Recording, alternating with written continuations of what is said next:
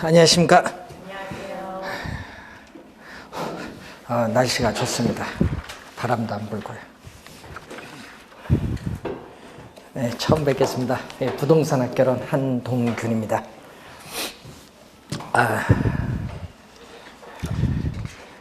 자, 여러분이 교재가 이제 저희들 EBS 이번에 방송하는 교재입니다. 그래서 이제 방송은 뭐 내년 1월부터 방송을 하는데 이 교재 갖고 강의하는 거 이건 기초 교재고요. 요거 갖고 강의하는 거 한 3강 정도인가 그 기본서 교재가 또 따로 있습니다. 이제 그 어제 인쇄 들어갔으니까 이번 주 내로 1차 과목은 나올 것 같습니다.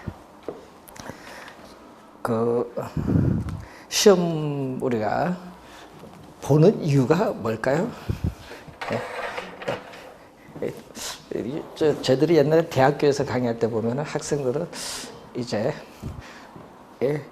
금융을 공부하신 분들이 부동산을 많이 또 듣더라고요. 왜 그러냐면 요즘에 융합 학문이라서 우리가 실물 자산은 부동산이에요.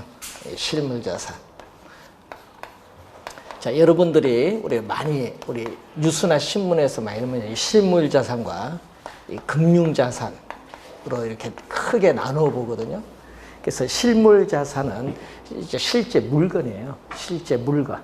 실물이라는 얘기인데 실제 물건의 대표적인 게 여러분은 요거 투자해 보셨어요? 금반지 사는 거 마시고. 요즘 우리 보면 옛날 은행에 보면은 이제 네모난 금 있죠? 예? 이제 그런 것을 이제 사시는 분들이 있어요. 금 투자를 하는데 이 금이 실물 자산의 대표적이에요. 또 이 실물 자산의 대표적인 게 또 이 금만 있는 것이 아니라 여러분이 이제 배우시게 될 이 토지, 건물로 대표되는 이 부동산, 이 부동산의 실물 자산이에요. 실물 자산. 그리고 이 금융 자산에 또 우리가 보시면은 여러분들이 지금 보유하고 있는 현금 있죠? 이 금융 자산에서 여러분이 현금 같은 거. 이 현금은 바로 즉시 화폐를 지불하고 물건을 살 수 있기 때문에 여러분은 유동성이죠. 황금성이라고 하는데 바로 우리가 황금성, 유동성이 가장 높은 상품이에요. 현금. 그 현금 외에 이제 뭐가 있냐 하면 여러분 예금 같은 게 있거든요. 예금 하면 뭐가 있어요? 우리 정기 예금도 있고 뭐 정기 적금도 있고 뭐 보통 예금도 하여튼 예금에 관련된 것은 전부 금융 자산. 그리고 여러분이 또 요즘 또 여러분 많이 또 하죠. 주식이라든지 채권보다는 여러분도 주식들을 많이 하죠. 주식. 그리고 우리 채권. 채권이라든지 또 요즘 뉴스에 많이 나오죠. 파생 금융 상품들이 많죠. 파생 금융 상품 또 펀드 뭐 이런 용어들이 상당히 많은데 전부 금융 자산이에요. 그래서 우리가 세계 경제는 이렇게 실물 자산과 금융 자산 두 개의 부문으로 구성되어 있어요. 그러면은 이쪽 실물 자산, 금융 자산에서 우리가 봤을 때 어느 한쪽이 무너지면요, 나머지도 무너지게 돼 있어요. 왜냐? 여기 뭐죠? 돈은 흘러 들어가야 되는데 실물에서 금융통에서 다시 실물로 이렇게 도는 거거든요. 그래서 피도 우리가 잘 돌아야 건강하듯이 이 돈이 잘 안 돌면요, 그 나라는 경제가 무너지게 돼 있어요. 그래서 지금 우리가 전 세계를 볼 때 실물 자산, 금융 자산 이것을 뉴스나 신문을 통해서 늘 요거 듣고 있어야 됩니다. 그러면은 요즘 여러분들이 이제 볼 때 지금 뭐 금융 자산에 투자하신 분도 있고 우리 실물 자산인 부동산이나 금 등에 투자하신 분도 있어요. 여러분 원유도 너무 비싸죠. 원유도 실물 자산입니다. 자, 원유 선물 투자도 있고 뭐 하는데 그래서 여러분들이 이 실물 자산을 지금 이제 부동산을 여러분은 공인중개사 시험을 통해서 이 부동산에 관련된 이 법적인 여러 가지 개념 그리고 거래 시에 필요한 내용들을 배우시게 되는 거예요. 자, 공인중개사 시험은 이 부동산을 알기 위한 가장 기초적인 공부입니다. 공인중개사 시험이 다가 아닙니다. 여러분, 옆 나라 일본은요, 공인중개사 시험 30만 명을 칩니다. 30만 명. 옆 나라 일본. 인구가 1억 2천이죠. 1억 2천에 30만 명이 쳐요. 우리나라는 5,500만 명입니다. 인구가 5,500만 명에 우리나라는 25만 명이 쳐요. 시험 매년. 그만큼 이제 부동산에 관심을 많이 가진데 일본은 우리보다 더 빨라요. 부동산 관심이 언제부터 70년대 중반부터 부동산에 상당히 많이 올인을 많이 하셨거든요. 일본은. 그래서 일본 경제도 이 부동산이 상당히 무시 못한데 그래서 이 부동산이라는 게 상당히 중요합니다. 중국도 부동산이 중요하죠. 중국은 부동산은 사회주의 국가니까 거래가 안 돼요. 뭐만 거래된다? 여러분 어떻게 돼? 임차권이 거래가 되는 거예요. 소유권은 거래가 안 돼요. 그러니까 이게 문제가 있겠죠. 중국에 투자를 할 때는. 그래서 중국 투자가 그만큼 부동산 쪽은 좀 어렵습니다. 그래서 우리나라의 공인중개사 시험에 우리 우리 중국 동포들이 뭐 조선족이라고 많이 하는데 중국 동포들이 와서 또 시험을 쳐요. 왜 칠까요? 우리나라에 오셔서. 치르는 이유는 중국에서는 자격증 따기가 어렵다는 거. 공인중개사 자격증. 그래서 중국에서 우리가 10년 전만 해도 중국에서 가장 어떻게 돼요? 선망받는 직업 1위가 공인중개사였습니다. 그만큼 부동산 시장이 호황이었다 이런 얘기죠. 10년 전에는. 지금은 또 뭐 한다. 요즘은 인터넷도 발달하고 뭐 하다 보니까 요즘은 우리가 하면 IT 이쪽으로 머리 좋으신 분들이 중국인들이 그쪽 많이 가고 부동산이 이제 두 번째로 밀렸어요. 그만큼 이 부동산이 상당히 중요하다는 겁니다. 그래서 여러분들이 전 세계 금융위기라는 용어를 많이 듣죠. 금융위기, 외환위기 뭐 이런 얘기인데 그 위기가 어디서 오는 거냐면 전부 부동산에서 오는 거예요. 부동산에서 발생해서 금융위기가 오는 거예요. 아까 얘기했죠. 이쪽으로 돈이 흘러가야 되는데 이쪽으로 흘러가지 못하면 경제가 무너지는 거예요. 그래서 2009년 전 세계 금융위기도 미국에서 촉발됐죠. 서브프라임 모기지론 사태. 모기지론은 부동산 담보 대출입니다. 신용도가 낮은 사람에게 부동산 담보를 더 많이 해줬더니 문제가 생긴 거예요. 부동산에서 하여튼 전 세계 위기는 계속 나오는 거예요. 일본도 무너진 게 부동산이었죠. 1990년에. 다 부동산입니다. 그럼 우리나라도 문제가 뭐예요? 금융이 문제예요? 부동산 문제예요? 우리나라도. 볼 것 없이 우리나라도 부동산이죠. 뭐 전 세계가 다 부동산 때문에 문제 생기는 건데. 우리나라도 부동산입니다. 이 부동산을 잘 알아야 되는데 그래서 이 답답한 게 상당히 많거든요. 그래서 이 부동산은 우리 이제 여러분 경제론을 배우시면은 부동산을 사고자 하는 게 수요예요. 사고자 하는 게 수요고 또 부동산을 팔고자 하는 게 뭐죠? 공급이 돼요. 그러면 부동산을 사고자 하는 사람과 팔고자 하는 사람이 만나는 장소가 어디냐 하면요. 시장이에요, 시장. 그러니까 부동산 시장에서 우리는 사고자 하는 사람과 팔고자 하는 사람이 만나서 뭐가 결정되냐 하면요. 이 가격이 결정돼요. 그러니까 여러분이 우리 보면 뉴스나 보면은 부동산을 사고자 하는 수요, 팔고자 하는 공급이 만나는데 그러면은 공급은 적고 예를 들어서 여러분 공급은 적고 수요가 많다. 그러면 가격은 어떻게 돼요? 시장에서 공급은 적고 수요는 많으면 가격은 오르죠. 당연히 가격은 오르죠. 이게 시장 원리예요. 가격이 오르게 돼 있어요. 자, 그러면은 여러분 이 서울특별시의 가장 큰 문제가 뭐냐 하면요. 택지가 없어요. 택지. 건축할 수 있는 토지인 택지 개발한다 얘기를 많이 들었으니까 건축할 수 있는 토지인 택지가 없어요. 서울특별시는. 그럼 없으면 뭐를 해야 돼요? 공급이 제약을 많이 받죠. 땅이 있어 공급하는데 그럼 서울특별시는 공급을 해야 되는데 공급은 안 되고 인구는 서울로 집중되면서 수요는 계속 늘어나면 가격은 계속 오를 수밖에 없는데 그럼 공급을 해줘야 되는데 택지는 없으니까 공급은 어떻게 해야 돼요? 공급. 없으면은 저층 아파트, 오래된 아파트를 뭐 해야 돼? 재건축하든지 아니면 주택 재개발을 통해서 고층을 통해서 공급이 해줘야 되는데 지금 그 공급이 안 된다는 얘기입니다. 서울특별시가. 재개발, 서울특별시 박원시장에서 재개발 어렵게 만들어놨지. 재건축 규제가 많아서 공급이 없지. 그러니까 가격이 뭔다? 폭등을 한다 이 말입니다. 그래서 여러분 참여정부 시대에도 규제를 너무 많이 했는데 재건축 규제를 많이 했는데 그때 당시도 수요에 비해서 공급이 거의 4, 5년 안 되다 보니까 가격이 폭등했는데 그때는 가격이 폭등해도 얼마? 예? 예? 얼마 안 됐어요. 그때는 가격이 처음에 한 3억 정도 되는 33평 아파트가 그때 당시는 많이 올라봐야 6, 7억 정도 됐는데 지금은 어떻게 서울특별시의 가격이 4, 5억 하던 아파트가 지금 15억 가고 있어요. 3배 올랐어요. 3배. 최근 3년 사이에. 폭등을 했는데 그럼 이게 멈출 거냐 이거지. 예? 그래서 제일 답답한 게 이게 며칠 전 19일 날 무슨 대통령께서 뭐를 하시는데 부동산 시장 몰라도 너무 몰라요. 부동산 시장은 안정될 것이다 하는데 안정은 본인이 안정시키는 게 아니라 시장에서 이게 가격 결정되는데 정부가 규제를 해도 가격은 오르게 돼 있어요.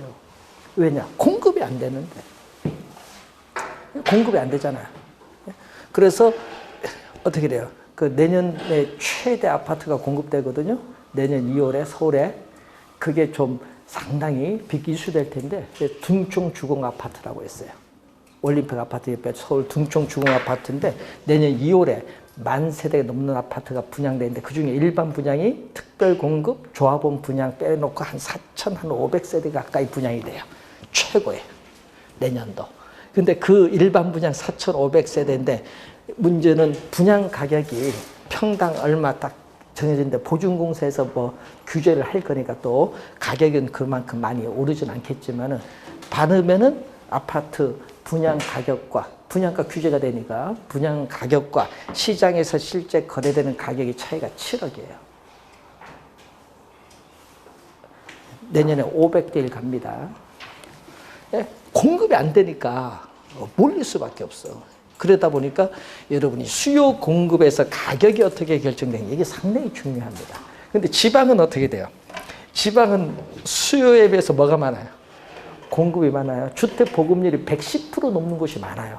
그러면 어떻게 공급이 많으면 가격은 떨어지죠. 그래서 지방에서는 부동산 가격이 떨어져요. 양극화가 벌어지고 있는데 문제는 부동산 가격이 떨어지는 곳도 있지만은 또 오르는 곳도 있어요. 요즘 뉴스 보면은 광주 같은 경우는 3년 전에 가격이 3년 전에 비해서 지금 가격이 2배 이상 올랐어요. 광주는. 그거 왜 오르냐? 예? 대전도 지금 많이 오르고 있고 부산 해운대도 많이 오르고 있고 왜냐? 풀리니까 규제를 푸니까 어떻게 돼요? 서울에서 돈 갈 곳이 이쪽에서 갈 곳이 없는 돈들이 이쪽으로 몰리잖아요. 부동산 금액. 부동산에 몰리니까 펀드죠. 우리 부동산 펀드에서 돈을 몇백억, 몇천억 가진 사람이 부산 가서 어떻게 돼요? 대량 매입을 해요. 그래서 가격 올려서 매각함으로써 수익을 펀드에서는 오는데 그럼 그 지방 부동산 가격은 오르죠. 그래서 천안, 대전, 광주 이런 대구 전부 오르는 겁니다. 그것도 어디 쪽으로? 광역시 쪽으로. 다른 지방은 오를 수가 없어. 인구가 빠져나가니까. 결국은 인구가 집중되는 지역이 어디냐? 바로 산업이 있는 곳이겠죠. 하여튼 그런 것을 이제 염두에 두시면은 여러분 나중에 부동산 공부해서 투자를 하고자 할 때 그런 걸 좀 잘 감안을 하셔야 돼요. 내년에 혹시 서울에 주소를 가지고 계신 분은 어디 신청해? 혹시 알아요? 둥총 주공 한번 신청하시든지. 4,500세대 분양하니까. 과천보다는 더 좋죠. 그런 쪽은 상당히 괜찮습니다. 우리 모 교수님 한 분 계시는데 그분은 2년 전에 거기 이제 저들이 저기 청계산 밑에 놀러 갔다가 이제 닭고기 먹으면서 얘기하다가 저기 아파트 짓는 거 저거 지금 사두면 돈이 될 것 같은데 하는데 또 그걸 옆에서 들은 사람은 가서 직접 또 삽니다. 피 주고. 그때 그분이 피 주고 2채를 사셨어요. 5천만 원 주고. 지금 얼마냐? 피가 5억이에요. 5억. 2년 반에. 12월 달 입주인데. 그만큼 이게 달라요. 그러니까 뭐 대우 프로지오인가? 하여튼 그래서 공부하실 때는 실물 자산을 배우는 거다 이렇게 보시면 되고 항상 뉴스 볼 때는 금융 자산도 잘 유명해야 돼요. 왜? 금융 자산은 뭐에 영향을 받죠? 당연히 금리, 이자율이라고 하죠. 이자율. 금리에 금융 자산은 영향을 많이 받아요. 특히 금융 자산 중에서도 우리나라 금리도 중요하지만 리보 금리, 미국 금리도 상당히 중요하고, 그리고 또 금리에 또 영향을 주는 게 환율이에요, 환율. 그래서 여러분이 환율이 또 금리에 영향을 주기 때문에 이 환율, 우리 특히 달러화죠. 1달러에 얼마 하는데 우리나라 돈이 평가절하되느냐 절상되느냐, 금리에 영향을 줘서 금융자산의 흐름에 영향을 줘요. 요 금융자산에 영향 주면 바로 주식, 채권에 영향을 주기 때문에 부동산에 영향이 바로 갑니다. 그래서 특히 여러분이 그래서 같이 공부를 하셔야 돼요. 예? 그래서 지금 저희들이 부동산 학개론에서 이제 배우는 과목은 이 부동산에 있어서 이 경제, 수요 공급에서 가격이 어떻게 결정되고, 그리고 경기 변동했죠. 경기가 침체할 때, 경기가 좋을 때 또 시장에서 가격은 어떻게 변동하느냐, 이걸 배우고요. 그리고 여러분이 돈을 어떻게 조달하느냐, 금융이에요. 금융, 자금을 조달하는 게 금융시장에서 자금을 어떻게 조달해서 부동산에 투자하느냐, 뉴스에 많이 나오는 갭 투자라든지 여러 가지 투자 방법인데 그것을 우리가 배우는 게 부동산 우리 학개론입니다. 자, 그리고 또 여러분들은 부동산 가치가 얼마인지 정확하게 여러분들은 예측하기가 어렵습니다. 그렇기 때문에 우리가 이 전문가의 감정평가사가 있는데, 이 감정평가사가 평가한 가격을 가지고 우리가 여러분 거래가 이루어지는 경우가 상당히 많아요. 대규모 건물인 경우에는. 그렇기 때문에 우리가 부동산 가치를 추계하는 작업을 우리 여러분 평가를 배울 텐데, 그걸 여러분 기본적으로 알아야 그 서류상의 평가 금액이 나오면 이건 어떤 방식으로 평가하는가 나오거든요. 그럼 이게 오차가 있느냐, 어느 정도 정확성이 있느냐, 그리고 주변 가격에 비해서 이게 적정하게 평가되었느냐, 이런 것을 알 수가 있습니다. 그래서 요즘에 뉴스 보면은 토지를 수용했을 때 평가 금액이 너무 낮다, 막 플래카드 붙이고 막 데모도 하고 하시잖아요. 그럼 그건 왜 평가가 잘못됐느냐, 그럼 어떤 식으로 평가했기 때문에 그러냐, 이런 것을 여러분들이 배우시게 되는 겁니다. 자, 그러면은, 자, 여러분이 그 교재 보면은 제 10장으로 구성됐는데 제 1장이 총론입니다. 자, 부동산학 총론 제 1장이에요. 부동산학의 기초이론입니다. 자, 이 부동산학의 기초이론, 목차를 보시면은 맨 앞에 목차가 있습니다.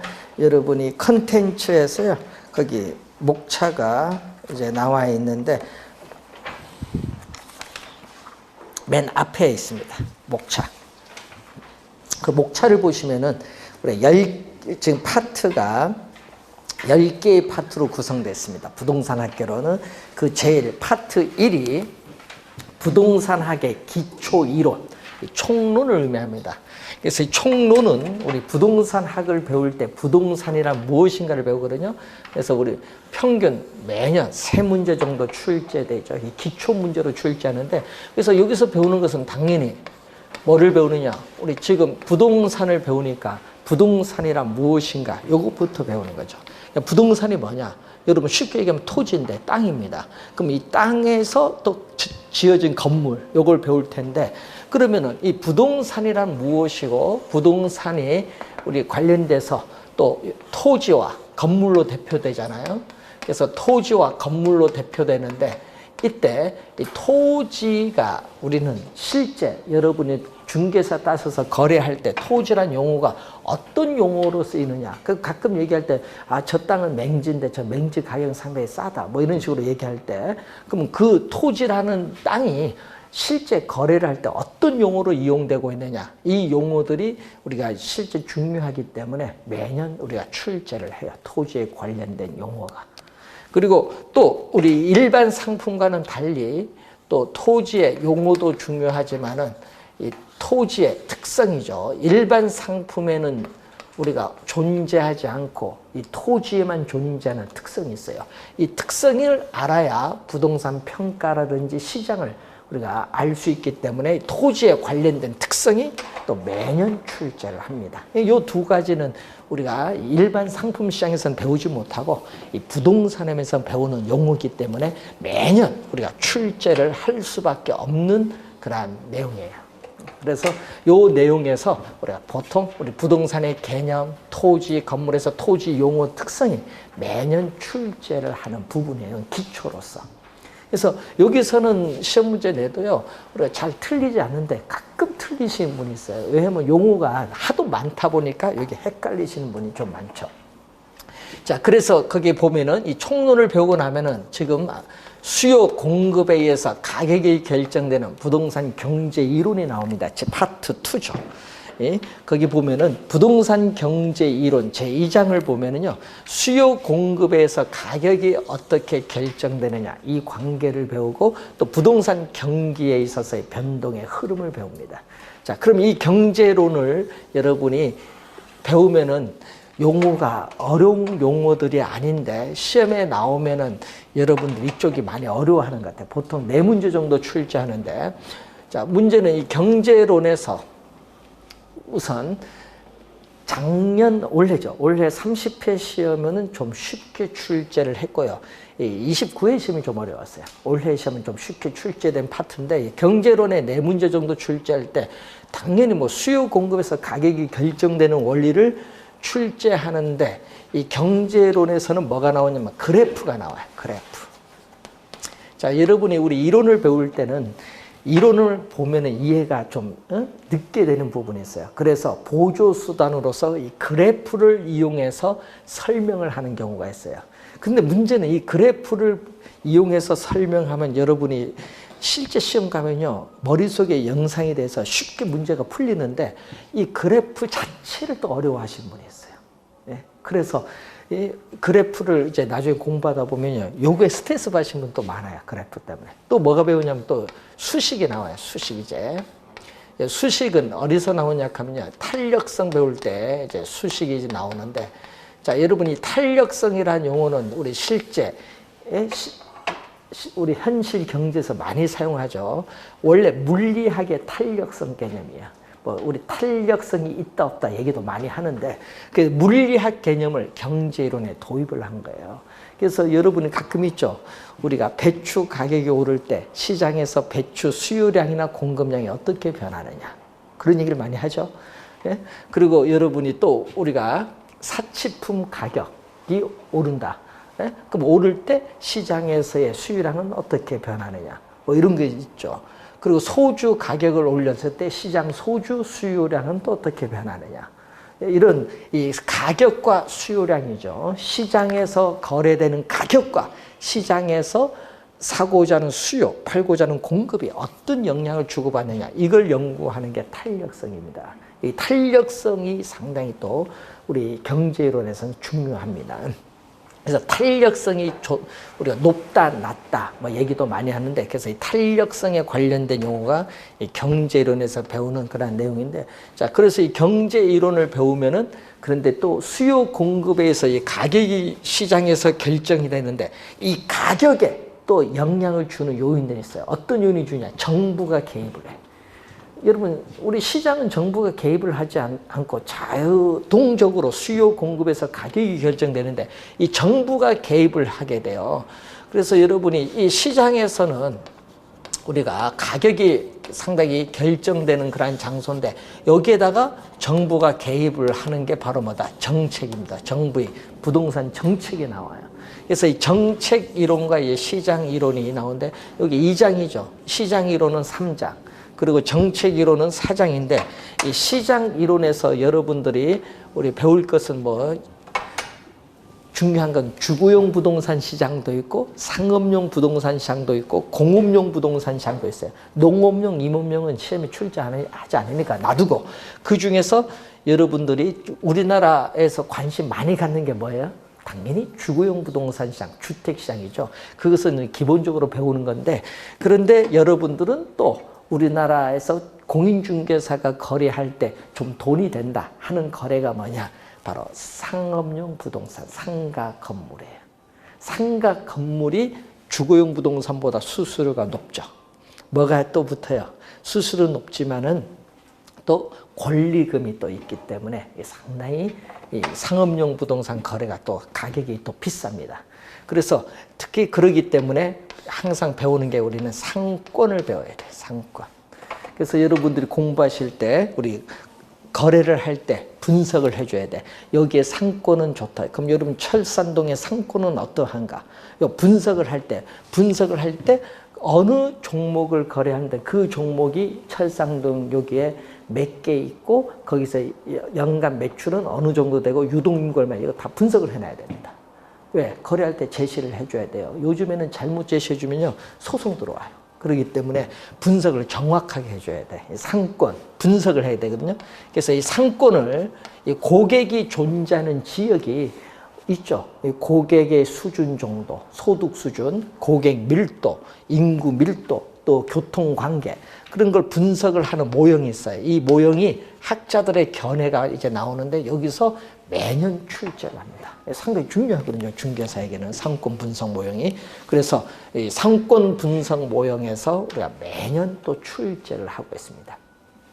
그리고 또 올해 또 출제를 한 내용 중에 여기 한 3, 4년 만에 한번 출제하는데 올해는 어떤 지역에, 그러면 어떤 지역의 산업이 전국의 똑같은 동일 산업에 대해서 어느 정도 특화, 전문화되는가, 그걸 분석하는 모형, 계산 문제가 원래 출제했는데, 그럼 인천하면 대표적인 게 뭐죠? 인천하면요, 우리가 자동차죠. 광주, 전라남도 광주광역시도 자동차예요. 기아 자동차 있으니까. 이런 그 지역에 전문화된 산업이 있어요. 그 산업이 지역 경제에 어떤 영향을 미치는가, 이런 걸 분석하는 모형을 우리는 시장 이론에서 배우는 겁니다. 그리고 또 우리가 도시가 최초에 형성이 되죠. 도시가 최초에 어떻게 형성돼서 어떻게 발전되어 나갈 것인가. 이 도시 우리가 내부 구조가 성장하는 이론이 있어요. 그 이론이라든지 또 토지를 빌려서 이용한 대가가 지대야. 토지를 빌려서 이용한 대가. 그럼 토지를 빌리면 대가를 줘야 되는데 이걸 전문용어로 지대라고 합니다. 이 지대에 관련된 학자들의 견해가 또 나오는데 이 지대 이론이라든지 이런 내용들이 시장 이론에서 중요하죠. 그러면 토지를 빌려서 이용한 대가, 지대를 어떻게 해요? 여러분 토지 소유자가 원하는 대로 단락하면은 문제가 있으니까 정부가 또 뭐 한다? 개입해서 또 규제를 또 하기도 하죠. 그래서 이 정부가 이 규제를 하는 게 정책인데, 그러면 시험 문제 나오면 당연히 뭐 나오는 거예요? 정부가 왜 개입을 하느냐? 정부가 부동산 시장에 개입을 하는 이유 많죠? 요즘 우리나라 보니까 어떻게 주택 가격이 급등하고 있기 때문에 정부는 주택 가격을 안정시키기 위해서 지금 뭘 실시했어요? 분양가 상한제를 실시하죠. 그런 목적하에 개입을 하는 거예요. 그럼 개입의 이유가 뭐냐 이거지. 개입의 이유. 예? 개입의 이유, 근거를 묻는 내용이고, 그럼 개입을 하면은 어떤 이유로 인해서 개입했느냐? 그럼 그 개입을 하는 방법이 있어요. 정부가 부동산 시장에 직접 개입을 하느냐? 아까 분양가 상한제는 직접 개입을 하는 거예요. 예? 그런데 또 있죠. 금융기관을 통해서 돈을 묶는다. 이건 간접 개입이야. 왜? 본인이 직접 개입하는 게 아니라 금융기관 제3자를 통해서 개입을 하는 거야. 이런 것은 무슨 개입? 간접 개입이야. 정부가 부동산 시장에 개입을 하는 방법이 직접 개입을 할 것이냐, 시장을 통해서 간접적으로 개입을 할 거냐, 이걸 우리가 묻는 내용이에요. 이 내용을 출제하는데 이 개입을 하는 방법 많죠. 아까 분양가 규제도 있고 임대료 규제도 있고 또 임대료 보조도 있고 정부가 공공주택을 공급하는 경우도 있고 또 뭐 있어요? 조세, 세금을 부과하죠. 양도소득세, 종합부동산세, 재산세, 이런 세금을 통해서 개입을 하고 또 개발 이익 환수에 관한 법률에서 개발 부담금을 부과해서 개입을 하기도 하고, 개입하는 방법은 상당히 많습니다. 그 내용을 출제하는 거예요. 시험 문제는. 당연히 개입을 하는 방법에서 시험 문제가 올해 여기서 몇 문제 출제냐면 여기서 5문제가 출제했어요. 개입하는 방법에서. 그러니까 여러분 개입 이유 방법 여기서 출제한다는 얘기죠, 결국은. 자, 그래서 이 정책 이론은 정부가 최근에 이슈되는 내용들이 많이 나옵니다. 그래서 여러분 올해 시험 중에 나온 것 중에 하나 예를 들어 볼까요? 요거는 진짜 상식인데, 요거는요 시험 치니까요 상식적인 문제를 무슨 세법 과목에서 시험 나왔다. 그건 공부요 수업 안 들었어요. 그건 진짜 농담 삼아서 얘기하는 건데. 예? 예? 그러니까 부동산도 한 번도 안 사봤고요. 부동산이라는 게 없었던가? 이 부동산을 취득하면 내는 세금이 있어요. 자동차도 취득하면 내는 세금이 뭐예요? 예, 취득세잖아요. 예, 취득세를 낼 거 아니에요. 그건 보유를 하죠. 그럼 부동산을 취득하면 보유하면 내는 세금 뉴스 많이 나오잖아요. 왜? 뭐가 나와요? 지방세잖아요. 재산세는 지방세. 그리고 국세인 뭐다? 종합부동산세. 요거 출제했잖아요. 원래 시험에.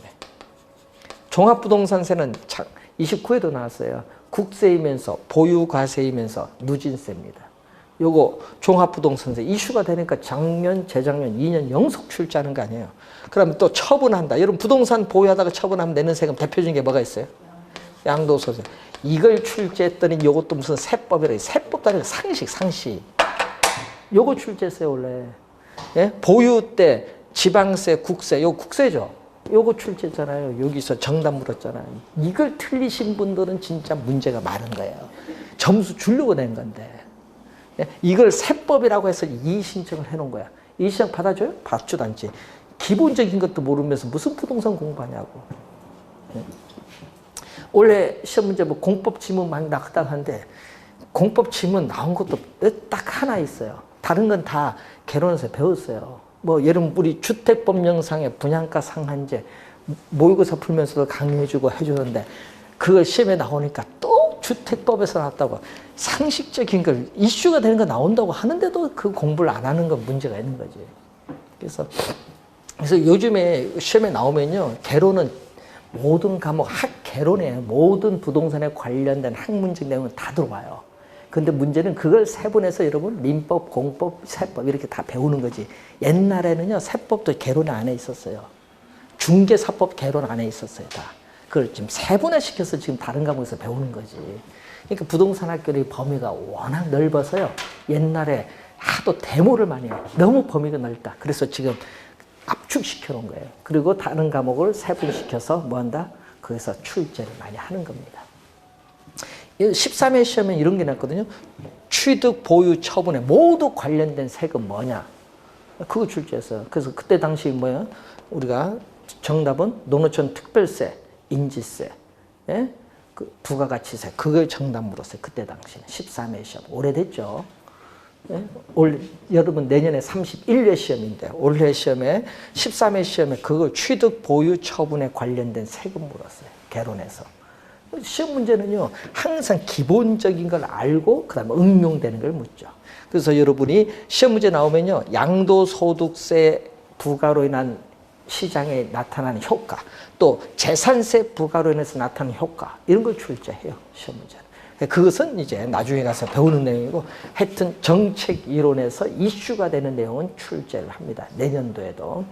자, 그럼 정책이 있으면 이제 돈을 빌려야죠. 여러분 돈을 빌리는 걸 뭐죠? 금융이에요. 여기 자금의 융통입니다. 자, 금융은 자금의 융통, 돈을 빌려야 돼. 여러분 부동산은 너무 비싸요. 고가의 상품이기 때문에 일정한 자금은 금융기관으로부터 자금을 융통을 받아야 돼요. 그럼 융통받아서 뭐를 해야 돼? 투자를 해야지. 네? 그럼 투자를 하면 뭐 한다? 예? 투자를 하면 부동산을 취득해서 보유하는데 투자는 뭐다? 1년 이상 보유를 합니다. 왜냐 하면요. 임대료 수입은 우리 연간 계산을 하거든요. 수익률 계산할 때 연간 계산하기 때문에 투자는 1년 이상 보유하면 투자. 그럼 반대로 1년 이내 보유하면 투기. 1년 이내 보유하면 투기. 이거는 우리가 뭘로? 학문적으로 보는데 그런데 여러분이 우리나라는 어떻게 돼요? 무조건 돈을 벌면 다 투기라고 하죠. 1년 이상이면 안 따져. 하여튼 부동산에 투자란 말 안 써. 투기란 말 쓰지. 예? 그럼 투기 제일 많이 한 사람도 누구가 많이 할까요? 예? 돈 있는 사람 투자를 하는데 그 사람이 다 투기한다는 얘기잖아. 그러면. 그래서 일정 기간 보유하다가 뭐 한다? 처분을 해요. 그래서 부동산에 투자하신 분들은 옛날에는요 노후 생활 목적으로 많이 투자를 했어요. 뭐 상가라든지 다세대 주택 뭐 이런 걸 투자를 많이 했는데 그걸 왜 투자했을까요? 당연히 뭐를 얻기 위해서? 우리는 임대료 수입, 뭐 다세대 다가구 주택 같은 거 임대료 수입이 있겠고 또 토지인 경우에는 빌려줘서 뭐를 받는다? 토지인 경우에는 지대 수입이 있겠죠. 빌려준 대가로 지대 수입 받는 거. 이걸 전문 용어로 뭐라고 하냐? 전문 용어로 소득 이득이라고 해요. 그래서 여러분 시험 문제 낼 때는요, 임대료 수입, 지대 수입으로 출제하는 것이 아니라 이걸로 출제해요. 작년에도 나온 게 소득 이득이잖아요. 시험 지문에는. 그래서 소득 이득은 보유 기간 동안의 임대료 수입이나 지대 수입을 통틀어 뭐라고 한다? 소득 이득이라는 용어를 사용해요. 그럼 처분을 하면 어떻게 돼? 부동산을 취득 3억에 했는데 5억에 처분을 했다. 그러면 처분 가격에서 취득 가격 뺀 것을 뭐라고 한다? 우리는 부동산 가격 상승에 따른 이득입니다. 그래서 처분 가격에서 이 취득 시에 가격을 뺀 값, 이것을 우리는 전문 용어로 부동산 가격 상승에 따르는 이득인데, 문제는 상승에 따른 이득도 얻지만 오히려 처분 가격이 취득 가격보다 낮으면 뭐다? 마이너스 부동산 가격 상승에 따른 이득, 손실을 볼 수도 있어요. 항상 이득만 얻는 게 아니라 마이너스 이득도 얻을 수 있잖아요. 마이너스 이득은 뭐다? 손실이죠. 이걸 전문용어로 뭐라고 해요? 부동산 가격 상승에 따른 이득은 자본 이득. 그래서 작년 시험에, 원래 30회 시험에 소득 이득, 자본 이득이라는 용어가 또 출제를 했어요. 보유 기간 동안의 임대료 수입, 지대 수입을 소득 이득, 처분 시에 부동산 가격 상승에 따른 이득이 자본 이득이에요. 그래서 투자를 하면 여러분 당연히 이 두 가지를 얻기 위해서 하는 거예요. 그래서 우리가 보통 우리 노후 생활을 할 때 보면은 어떻게 돼요? 들어오는 소득이 없으니까 요걸로 어떻게 돼? 생활을 하는 건데, 문제는 그래서 공실이 없어야 되는 거야. 공실이 있으면 골치 아픈 거야. 왜? 들어온 소득이 없으니까. 그때는 뭐 한다? 처분하기도 어려우면 뭐 결국 부동산을 또 뭐를 해? 담보로 금융기관을 또 뭐 차입을 한다죠. 임대가 안 되면 차입을 통해서 어떻게 그걸로 또 생활비를 충당하기도 하죠. 그래서 이 부동산이라는 게 이렇게 해서 상당히 중요합니다. 그래서 요즘에 많이 얘기하는 게 노후 생활, 과거에는 노후 생활을 하기 위해서는 부동산 상가는 그래도 하나는 어떻게 돈을 모아서 마련하자. 다세대 주택 하나 해서 좀 임대료 수입 받자 얘기를 많이 했는데, 요즘은 또 세금 때문에 또 그렇진 않은 것 같아요, 요즘에. 그래서 이게 투자의 가장 기본적인 겁니다. 그럼 투자를 할 때 여러분 요즘 뉴스에 많이 나오는 게 갭 투자가 많이 나와요. 갭 투자. 그래서 여러분 전세금 안고 투자를 많이 하는 거죠. 여기에 여러분 뉴스에 요즘 나오는 갭 투자라고 많이 하대. 갭. 갭이라는 건 바로 어떤 게요? 예? 처분 가격, 취득 가격 요 차이를 많이 얻겠다는 얘기인데, 그러면 여러분 전세금을 안고 투자를 한다. 그럼 여러분이 지금 시장에서 우리가 주택 가격이 5억인데 전세금이 3억이다 하면 얼마 있어야 돼요? 2억만 있으면 살 수 있어요. 근데 그 2억만 있는 게 아니라 또 거기 융자도 있잖아요. 융자 금액도 있을 거 아니에요. 그럼 전세금 안고 또 뭐도 앉아야 돼? 자기가? 융자도 안고 사면 보통 5억짜리면 1억이면 사요. 5억 아파트면은. 그럼 1억 주고 사면 어떻게 돼요? 예? 1억 주고 사서 5억 샀는데 1년 뒤에 이 아파트가 7, 8억 되면 자기는 얼마 벌어요? 한 3억 벌죠. 그럼 3억 벌었을 때 뭐 1년 뒤에 처분하면 세금 42% 내면 돼요. 40% 내면 되지, 양도소득세. 예? 취득세 딱 합치면, 하여튼 합치면 45%야. 내면 돼요. 내면 돼도 그래도 얼마 벌었어? 1억 6천 벌었지. 여러분 1억 6천 어떻게 벌려면요, 저축해서 벌려면 5년 걸려요. 혼자 벌면. 예? 진짜 아끼고. 근데 그걸 자기는 가만히 있어서 벌었다. 그게 투자잖아. 그래서 여러분 우리나라에서 보면 과거에 저축해서 돈을 모은 것보다는 부동산 요거하고 돈 모으신 분들이 제일 많았어요. 전세금 안고 투자하는 경우. 그래서 이런 경우에 어떻게 돼요? 우리가 전세 안고 투자하는데 여러분 자기 돈을 어떻게 투자를 하는데 돈 없으니까 또 그걸 안고 했는데 가격이 오르잖아요. 오르면 또 추가 대출 받아서 또 사, 전세 안고. 그래서 계속 이렇게 삽니다. 그래서 나중에 주택이 한 10채 된 거야. 이자 나간 돈이 많겠지, 이제. 그런데 문제는 여기에 전세 가격이 폭락하면 문제가 생기는 거예요. 근데 주택 가격이 오르면 별 문제 아닌데, 주택 가격도 내리고 전세 가격도 내리면은 어떻게 돼요? 이자를 못 갚아서 이 경매 넘어가는 경우도 있어요. 특히 대표적일 때가 언제나 IMF 때. 근데 그때 당시도 그렇지만요. 항상 여기 그래서 시장 상황을 잘 봐야 돼. 전세 가격이 오를 거냐 내릴 거냐. 예? 예? 그런데 서울특별시는 전세 가격이 내리는 것 같아요? 오른 것 같아요? 오르고 있죠. 서울특별시는 전세 가격이 뭐를 올리고 있어요? 매매 가격이 오르고 또 매매가 이 전세 가격이 올라요. 여러분 강남 강북 간의 가격 격차가 심했거든요. 예? 가격. 근데 강북 가격이 많이 올랐어요. 아파트 가격. 오른 이유가 여러 가지가 있는데 우리나라에 보면요. 그 외국인들이 많이 들어오고 있습니다. 그 와서 사는데 외국인들인데 특히 요양병원 가면요. 그 간병인들이 거의 90% 이상이 중국 동포입니다. 아세요? 중국 동포가 와서 하면 살아야 될 거 아니에요. 근데 뭐 병원에서 뭐 주겠어요? 아니니까 자기들이 이제 모아서 3-4명씩 모아서 전세 살다가 아파트를 딱 3억짜리 샀는데 갑자기 가격이 오르니까 야, 요거 우리 일내에서 버는 돈보다 1, 2년 가격 오르는 게 더 많다. 그래서 지금 중국 동포들이 돈이 많이 들어서 강북 가격, 아파트 가격 올렸어요. 다른 게 아니라 강북 아파트 가격이 그렇게 오를 수가 없어요. 네? 많이 오른 이유가 중국 동포들이 많이 올렸습니다. 네? 그러니까 이게 뭐냐면 돈이 흘러가는 거예요. 어느 쪽으로? 수요가 있는 쪽으로 흘러가는 겁니다. 자, 그래서 요즘에 투자를 할 때 이 갭 투자를 중국 동포들이 많이 했습니다. 근데 중국 동포들은 뭐 우리나라 영향을 받겠어요? 네? 돈도 어떻게 돼요? 우리나라 돈에 예의치를 안 합니다. 이런 사람들은. 어디?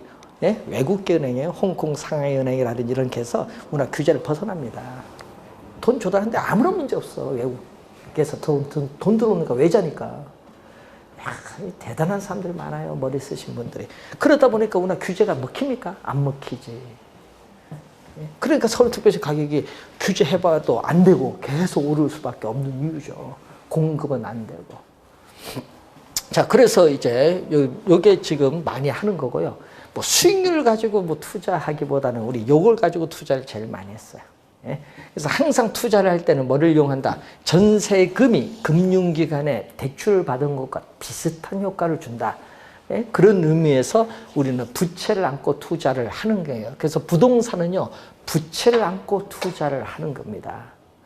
여러분, 이 가게죠. 가게만 부동산 투자하는 것이 아닙니다. 기업은 더 심합니다. 기업은 뭐다? 공장 부지를 매입을 하는데 대규모 부지를 매입하죠? 투자를 합니다. 공장 짓겠죠. 공장에서 얻는 수익보다 부동산 가격 올라서 얻는 수익이 더 많습니다. 여러분, 공장에서 여러분 벌어는 수입이 얼마라고 하죠? 70원이에요. 예? 물건 하나 팔고 70원. 그런데 부동산 가격 상승 따른 이득이 더 큰데? 여러분, 서울 수도권에 대규모 공장 부지 들어서면 주변 상권 발달하죠. 나중에 공장, 야, 많이 발전하고 우리 왜 더 바깥에 이전하겠다. 그럼 거기 이전하면서 거기 뭘로 바뀌겠어요? 주거용으로 바뀌죠. 폭등한 가격대로 받을 거 아니에요. 엄청난 이득을 가져오죠. 예? 그래서 여러분들이 이제 우리가 수도권에 공장을 지으면은 그만큼 어떻게 돼요? 그 가격으로 오는 거예요. 그래서 재벌의 역사가 부동산 투자의 역사입니다. 상품 팔고 돈 버는 거다. 부동산 가격 상승에 따른 이득이 많았어요. 그런데 문제는 부동산 담보로 사고 또 그 부동산 또 담보로 사고 이렇게 했는데 IMF 때 뭐 때문에? 이자를 못 갚아서 현금이 없어서 부도난 거예요. 언제부터? 1013%부터. 부채 비율 1013%. 뭐부터? 진로부터 부도나기 시작하죠. 1013%, 900, 600 해서 언제까지? 400%까지 부도났습니다. 부채 비율. 그래서 여러분 부채 비율이라는 게 그만큼 무서워요. 돈 갚을 때는 문제가 없는데 어떻게 돼요? 부동산 담보 계속 대출받는데 어느 한 군데서 돈을 조달 못하니까 이자를 못 갚으니까 다 부도나는 겁니다. 그래서 우리나라도요 부동산 투자의 역사예요. 그거 보면은. 그래서 여러분도 나중에 하게 되면은 뭐를 통해서 금융자산을 통해서 여기서 이득을 얻는 경우보다는 부동산을 통해서 얻는 이득이 많습니다. 좀 이쪽에서 돈을 벌었다. 이건 좀 특이하신 분들이야. 여러분 여성분들이 제일 좋아하는 게 뭐예요? 여성분들이 제일 좋아하는 게 보톡스? 요즘에 건강상품 보톡스 나온 지 꽤 됐죠.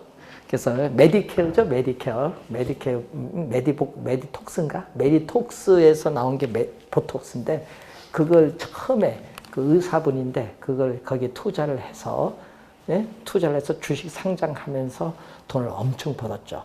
예? 그분이 이제 의사보다는요 감각이 거기 있는가 봐. 예? 보톡스에서 그 돈을 벌어서 그분이 그걸 가지고 뭐를 샀냐? 예? 이제 선물하면서 또 코인, 비트코인인가? 이걸 사서 또 돈을 벌었어. 그러니까 이분이 이제 의사는 이제 둘째 치고 지금 우리나라 보면은 업비트, 빗썸 그게 대주주입니다. 예. 그래서 지금 우리나라 없어요. 하도 말이 많으니까 외국에서 지금 싱가포르, 홍콩, 미국에서 사업합니다. 예. 그래서 그럼 운이 이렇게 가는 거예요. 그분은 어떻게 돼? 자기가 하니까 앞으로 미래는 건강해서 이 보톡스가 뜰 것 같다. 예. 거기 회사 지분을 가지고 있었는데 그게 뜬 거죠. 상장해서. 그래서 그 뜬 거 갖고 또 IMF 때 부동산 쪽으로 어떻게 땅을 샀더니 또 폭등해서 그거 갖고 또 주식에 또 이렇게 투자를 하고. 요즘에 보면은 부동산이 좀 중요한 것 같아요. 자, 광명도 여러분이 개발 제한구역이 많습니다. 그럼 광명도 개발 제한구역이 많으면은 수도권에 땅을 풀어야 서울에 어떻게 돼요? 수요를 이쪽으로 이전시킬 텐데 문제는 땅을 풀려면은 어릴 쪽에 풀어야 돼. 개발 제한구역 많은 쪽을 풀어야 되는데 그 개발 제한구역 많은 지역이 고향 그리고 하남, 경기도 광주, 광명, 시흥 쪽입니다. 풀긴 풀어야 되는데 근데 여러분이 풀려면은 조건이 있어야 되는데 거기에 풀려면 꼭 보면 공공주택을 공급하려니까 반대를 하지. 공공주택이 아니고 민간 신도시 개발하면 반대할 이유는 없을 텐데. 그래서 요즘에 그런 문제 때문에 여러 가지 고민을 많이 하는 거죠. 다음에 1순위는 광명풀입니다. 광명이 제일 가깝죠. 교통도 좋고. 그래서 이제 앞으로 하남 쪽은 그 교산지구 좀 상당히 요즘 거기 교통이 상당히 복잡하더라고요. 가보니까. 그래서 앞으로 풀릴 지역 저쪽 고향도 한번 여기 돌아보니까 앞으로 여기 봤더니 제일 가까운 쪽이 여기인 것 같아요. 자, 나중에 한번 보시고 이제 여러분 교재 그 관련해서 투자 금융 파트 5, 6 여기에 30% 12문제 출제합니다. 많이 출제하죠. 그만큼 중요한 단원이다. 이렇게 보시면 되겠고 그리고 부동산 개발 관리는 여기 문제 쉽게 출제해. 4문제 출제하는데 올해도 4문제 다 쉬웠습니다. 그리고 뒤에 파트 8, 9, 10 요 평가이론인데 요 단원에서 6문제 출제를 합니다. 자, 그래서 여러분이 총 40문제가 출제를 하는데 그래서 나중에 공부하게 되면요. 특히 여러분 제일 어려워하는 부분이 쟤들을 이제 보면은 제일 어려워하는 부분이 여러분이 이 경제 이론하고 그다음에 투자 그다음에 금융 투자 금융 그 맨 그때 감정평가이론 이쪽이 제일 어려워하는 것 같아요. 예? 공부하면 이 중에서 또 물어봐요. 제일 어려운 단위 뭐냐 하면 또 수식이 제일 많은 투자가 가장 어렵다. 여기에 가장 어려운 단어는 1.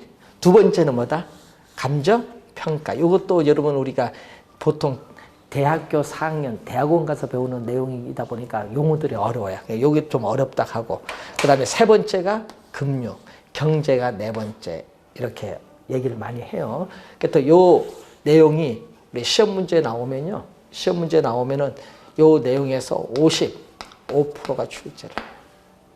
그러니까 여러분 40문제 중에 여기서 55% 22문제가 요 단원에서 출제합니다. 그래서 이 단원에서 55%에 30% 이상 넘어가면은 합격은 쉬워진다는 거. 그래서 나중에 공부할 때 요거 55%에서 30% 이상 여기 맞으면은 합격은 쉬워져요. 왜? 나머지 45%는 내용이 쉬울 거 아니에요. 이쪽은. 그러니까 여기서 내용이 쉬운 단원에서 한 40% 맞고 여기서 30% 이상 맞으면 70% 넘으니까 합격은 쉬워지죠. 그렇기 때문에 요 단원에서 공부하다가 그 중에서 본인이 자신 있는 부분을 30% 이상 맞도록 요거 우리가 어떻게 좀 나누어서 공부하는 방법이 중요합니다. 다 공부하려면 힘들어요. 그렇기 때문에 쉬운 파트에서는 거의 맞도록 하시고 좀 어려운 단원에서는 우리가 약 반타작 이상 넘어가자 이렇게 하시면은 우리가 쉽게 합격은 가꿔집니다. 원래 시험 보니까요, 이 한 문제 차이로 떨어지신 분 많아요. 예. 근데 1차 시험은 한 문제로 떨어졌고 2차는 합격이에요. 그럼 이것도 떨어진 겁니다. 그러니까 1차에서 하여튼 통과를 해야 뭐 2차 채점을 하는 거니까. 그래서 여러분 1차 시험에서 여러분 개론 민법 하여튼 60점 넘는 공부 방법이 중요해요. 그러니까 60점 맞으려고 하면요, 오히려 점수가 안 나오는 경우가 있다 보니까 하여튼 70점 정도 맞는 공부하면은 어떻게 돼? 문제가 쉽든 어렵든 합격에는 지장이 없습니다. 그래서 올해 시험도 2차 문제, 1차 통과해서 2차를 치는데 저번 주 목요일 날 우리 공인중개사 정답심사위원회가 열렸거든요. 그럼 여러분 시험 치죠? 원래는 10월 26일 시험 쳤는데 그 시험 친 것을 여러분 이의신청을 해서 이제 어떻게 돼? 왔다 갔다 하거든요. 그러니까 우리 동료 교수가 보니까 저번 주에 답변을 다 보냈다 하던데 이의신청 문제 막 머리 아프다 답변 보내니까 예? 보통 뭐 한두 문제가 아니라 기본 12문제에서 15문제씩 막 이의신청하니까 그 답변서가 A4 용지 보통 워드 쳐서 하나, 두 개 이상 가다 보니까 이게 상당히 커요. 머리 아파 죽겠다, 바쁜데. 그래서 했는데, 이제 정답심사위원회가 저번 주 목요일 열렸으니까, 이제 그걸 결정돼서 여러분이 최종 어떻게 돼요? 채점해서 이제 27일 날 발표를 합니다. 그래서 여러분이 이 신청을 또 하면요, 또 대학 교수들이 또 이제 출제위원도 감토위원도 들어가고 선정위원도 들어가고 또 외부 교수들도 들어가서 여러분이 이 신청 문제를 검토해요. 예, 검토하는데 뭐 우리 개론 민법 같은 경우 보통 5분이 검토를 해요. 예, 중요 과목이다 보니까. 그래서 검토를 이제 하는데, 그래서 별 문제 없으면은 이 신청된 내용이 그게 맞으면은 뭐 이 신청 받아주는 거고, 근데 그게 아무런 의의가 없다 하면은 받아주지 않고 그렇습니다. 문제는 공부할 때 아까 얘기했지만요, 개론은 모든 범위를 다 포함합니다. 그래서 아까 공법도 나오고 뭐 다 나오다 보니까 공부하실 때 2차까지 공부하면 좋죠. 왜 2차까지 공부를 하면은 1차 공부가 더 쉬워져요. 왜 1차의 민법이 2차 공부에 많이 포함이 돼요. 특히 등기법이라든지 중개사법 민법도 많이 들어가거든요. 그리고 세법 공부하는데 많은 도움을 받습니다. 그래서 1, 2차 같이 공부해 두면은 훨씬 쉽게 공부할 수 있습니다. 그래서 올해 시험, 출제 경향, 그리고 앞으로 공부할 수 있는 방법에 관해서 간단히 언급을 했는데, 그래서 잠시 쉬고 이런 부동산학 기초 이론 여러분 교재 14페이지부터 우리가 기초 개념이니까 어떤 내용을 공부할 것인지 잠시 보도록 하겠습니다. 자, 잠시 쉬고 시작하겠습니다.